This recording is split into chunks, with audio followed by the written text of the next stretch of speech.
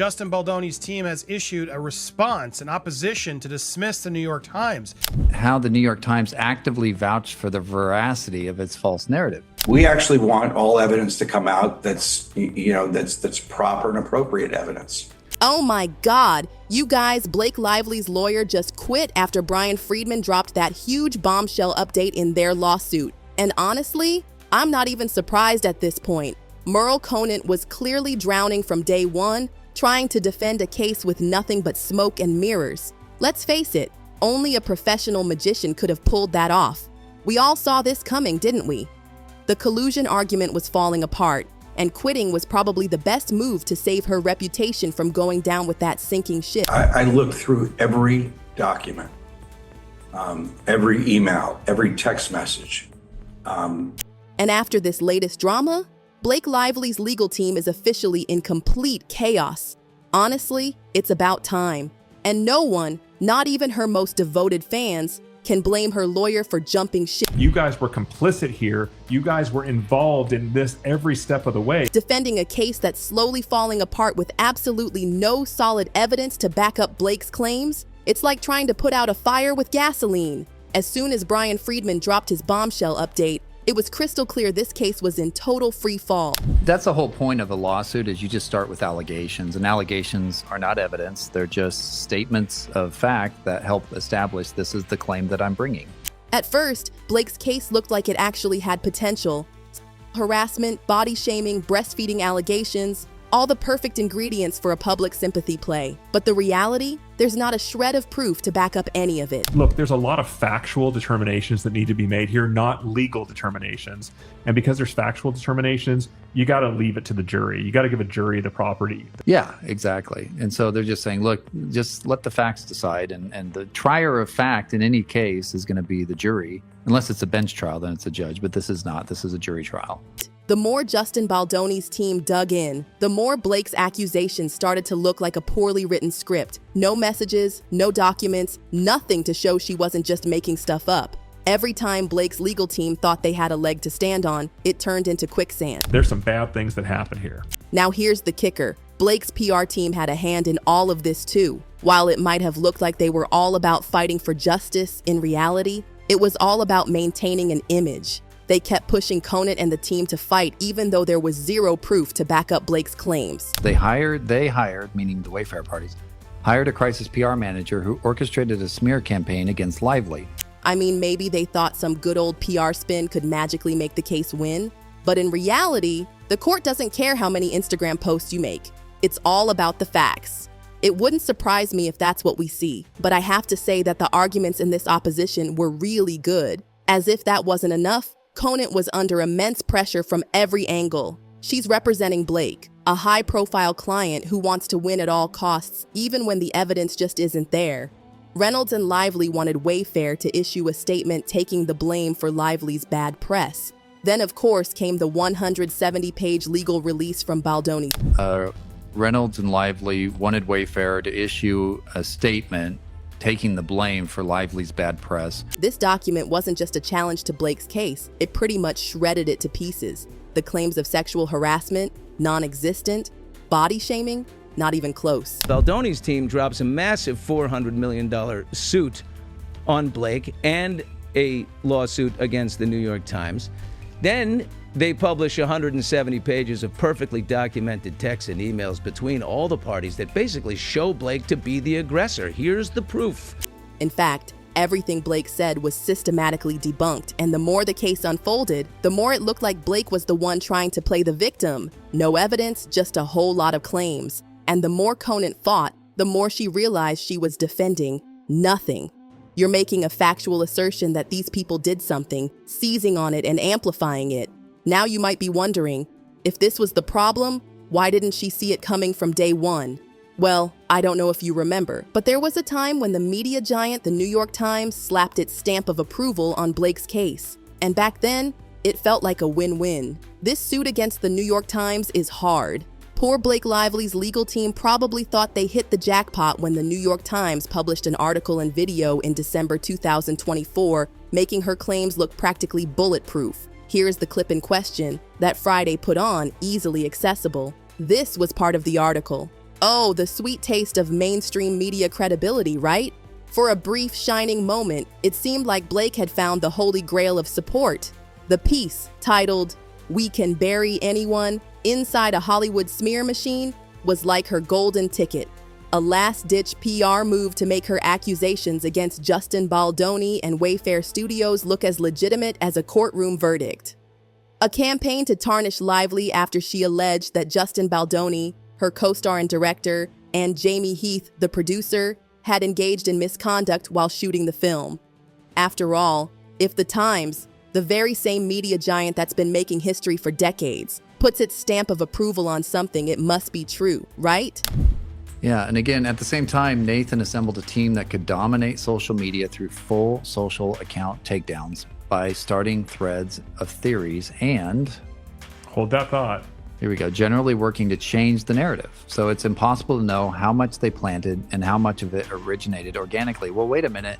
But as with most things that seem too good to be true, the reality hit Blake's team harder than they expected. Just when they thought they had the Times in their corner, Justin Baldoni's legal bulldog Brian Freedman stepped up with a counterpunch that would have knocked the wind out of anyone. Freedman wasted no time filing an opposition to dismiss the New York Times' involvement in the case, and to be honest, it was a masterclass in legal smackdown. You're making a factual assertion that these people did something, seizing on it and amplifying it.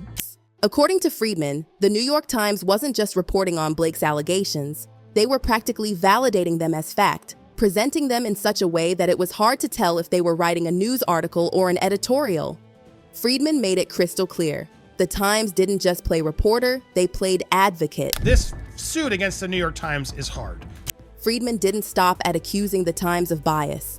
Oh no, he dug in deeper, accusing them of violating the fair report privilege, which protects media outlets when reporting on legal matters. You know, the kind of protection that allows journalists to report on court cases without getting dragged into the drama themselves. Here is the clip in question. Now, this video, filed on Friday. Thank you to Private Citizen text Journalist messages. for putting it on easily accessible. This was part of the article. But here's the kicker. According to Freedman, the Times didn't just report on Lively's claims, they framed them as truth. They didn't just tell the public, hey, Blake says this happened. They implied it had already been investigated and confirmed.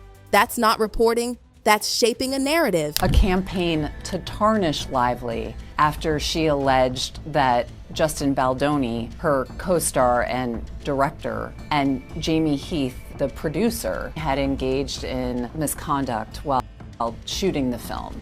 And by doing so, the Times lost the shield that comes with fair report privilege. In other words, they exposed themselves to a lawsuit. Genius move, huh? Freedman's legal challenge was a bombshell in itself. He argued that the Times was not just guilty of sloppy journalism, but of actively participating in the destruction of the Wayfair party's reputation. And that's what the New York Times is coming back and saying, look, we're not Blake Lively. We're not the ones making the allegation. We're just fairly reporting on what Blake is suing Justin and Wayfair for. They presented Lively's version of events as though they were not only verified, but unquestionably true. And that's a big problem legally speaking, because media outlets aren't allowed to present unverified claims as facts. If they're supposed to be the best, the bastion of journalism, right? But you know, if they had just said its opinion, would this have mattered? Will this factor in the fact that they did seemingly have this for months due to the metadata and things that we're seeing? It's one thing to say this is what someone is claiming, but it's another to say this is what happened, especially when you haven't done the legwork to prove it. The line between journalism and advocacy got a little too blurry, and Freedman was ready to call it out. They decided not to run it for fear of defamation, I'm sure, for fear of you and defamation. So they didn't run it, but some of these TikTokers have done it. Oh, but wait, it gets better. The publication of the article and video wasn't just shady because of the way the story was framed, it was also rushed out with questionable timing. Freedman pointed out that the Times essentially shoved this piece out during the holidays, giving the Wayfair parties almost no time to respond. He mocked Baldoni in the process. He said, it's an effed up bad situation with what Baldoni, whatever his name is doing.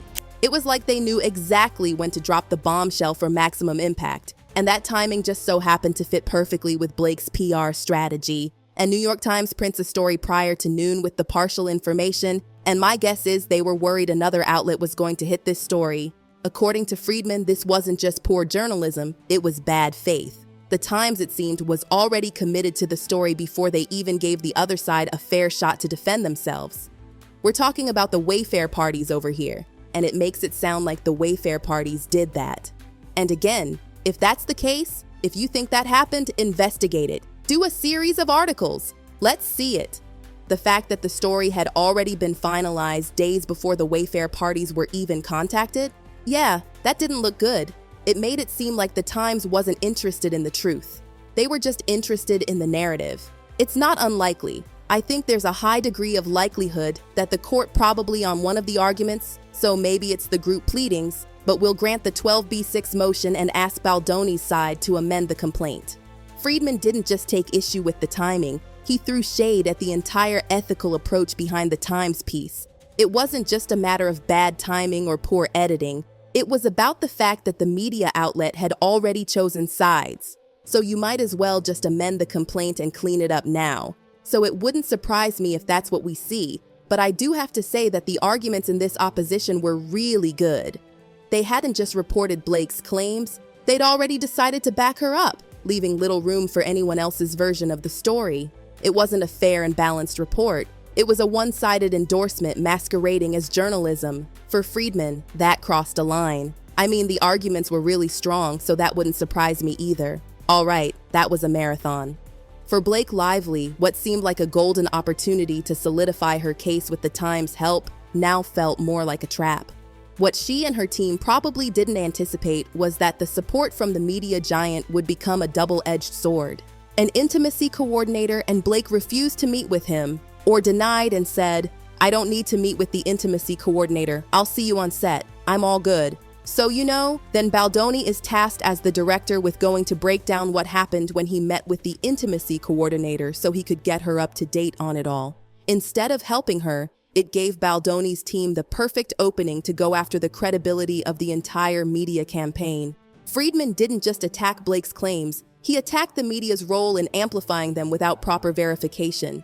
Now, instead of riding high on the Times endorsement, Blake's team had to fend off an entirely new legal battle over the ethics of media reporting.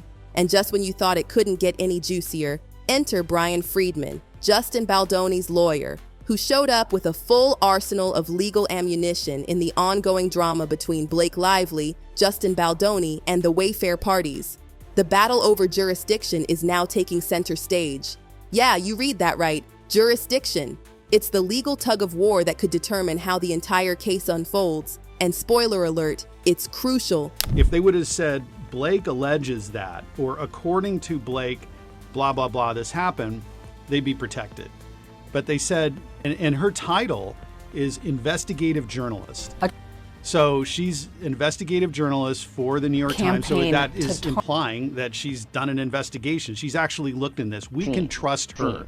This isn't just about where the case is filed, it's about where reputations get defended and where defamation claims could hit the hardest. Freedman's strategy? California, and he's making it crystal clear this case belongs in the land of Hollywood, not New York. But what Justin is saying is that California's substantive law should apply on this placing somebody in a false light. Freedman's argument is simple. California law gives far more protection in defamation cases. And that's exactly what he's after. California is where Baldoni and the Wayfair parties are based, and it's where their reputations are most vulnerable. So California recognizes a claim for damages or for money for placing somebody in a false light. New York doesn't have that same law. What Justin, I think, is correctly saying is, hey, I'm a California guy. Let's face it, California is the entertainment industry's playground, so any damage to their image hits harder here than anywhere else. And you'd think that would be the first clue as to why California is the logical jurisdiction for this case. All these other people in California, you New York Times, based in New York, knew that publishing this story would impact me and others in California, so you reached out and touched us in California. So now California law applies. The Wayfair parties' careers have taken a direct hit in California, and Freedman isn't shy about pointing that out. The New York Times may have caused a media frenzy, but the fallout was felt most acutely in the place where these guys make their living. Yeah, I think it's extraordinarily difficult to sue a media outlet and be successful. Most of these are done just for press, like, oh, I'm suing the New York Times for all this money, and they end up getting, devastated. Here, I think he has a pathway. California defamation laws are also more generous when it comes to awarding damages, and Freedman knows exactly how to leverage that. He's not just looking to win, he's looking to make a statement. And what better place than California to do it? And even if it doesn't succeed, meaning he doesn't get to a jury, or a jury says, hey, I'm going to give you $1, or something like that. I like that he's exposing this because, we hope that journalists would actually investigate completely. We hope that journalists would give each side a fair chance rather than smearing and destroying one side.